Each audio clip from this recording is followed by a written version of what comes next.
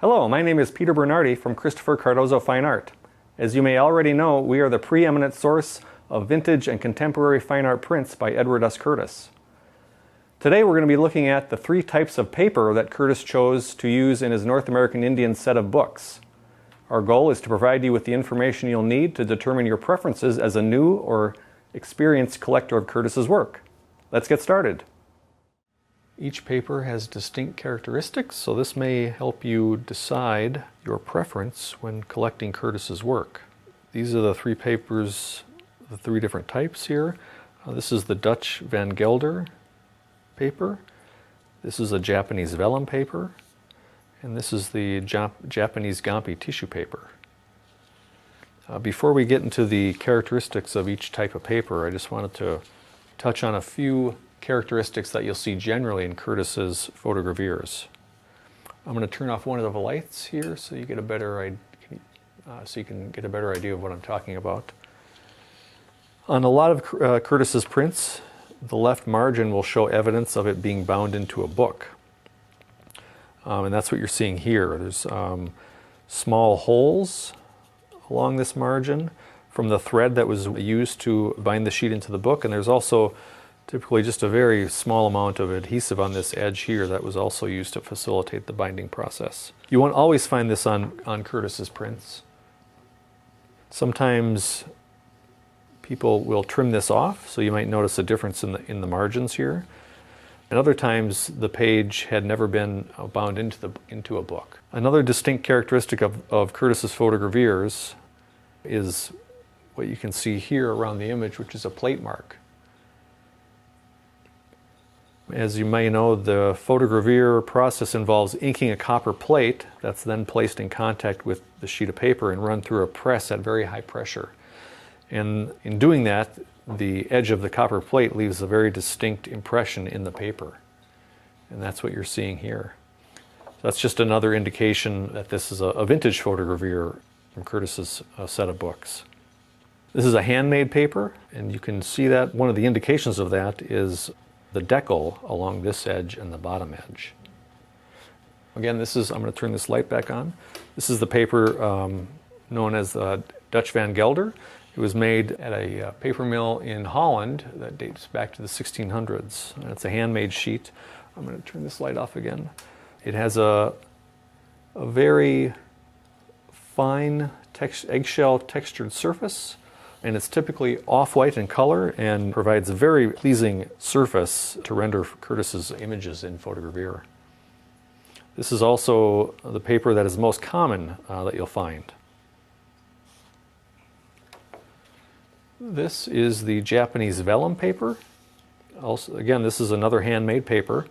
I'm going to turn the light off again. You can see here evidence of the binding on the left edge. So this was actually bound into a book at one point, and also the plate mark that you can see here.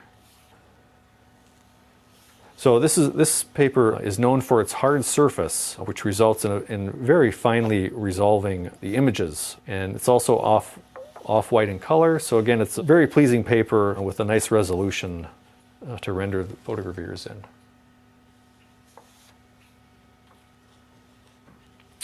And this is the Japanese Gampi tissue paper. This is quite a bit different from the other two papers. Curtis actually used a very thin, you can get an idea of how thin it is here, a very thin Japanese Gampi tissue paper to print in. This is the tissue prints are the most rare, and they were the most expensive choices to have the books bound in.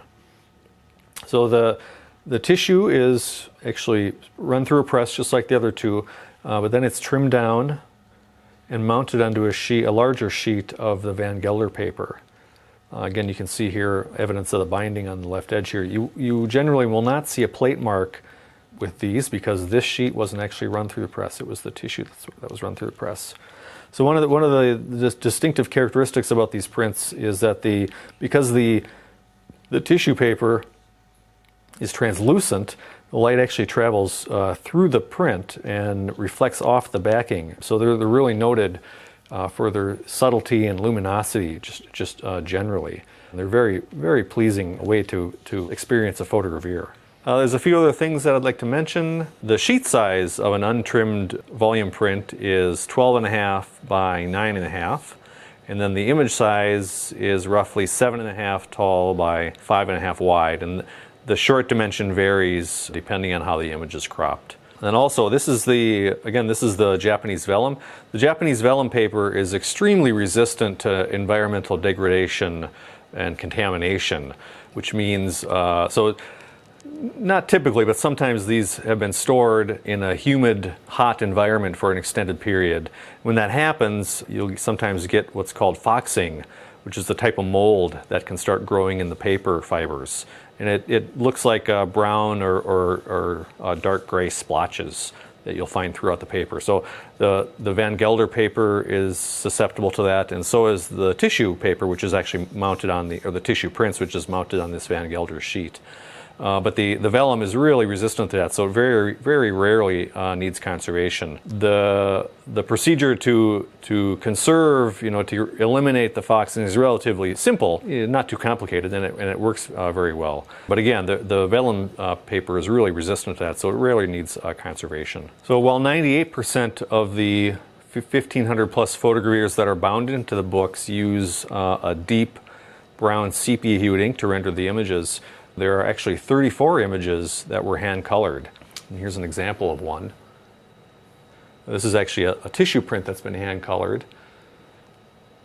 The tissue prints are scattered throughout the 20 volumes, so there's not a hand-colored one in each volume, but you can find hand-colored prints in volumes 1, 3, 5, 6, 8, 9, 10, 11, and 13, 14, 15, 16, 18, 19, and 20.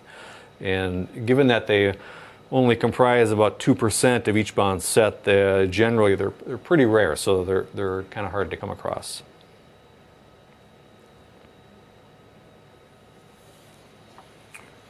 Well, I hope we've answered most or all of your questions that you might have about Edward Curtis's volume photogravures. If there's any other questions you might have, feel free to give us a call or email, and we'll be happy to help you. Thank you very much.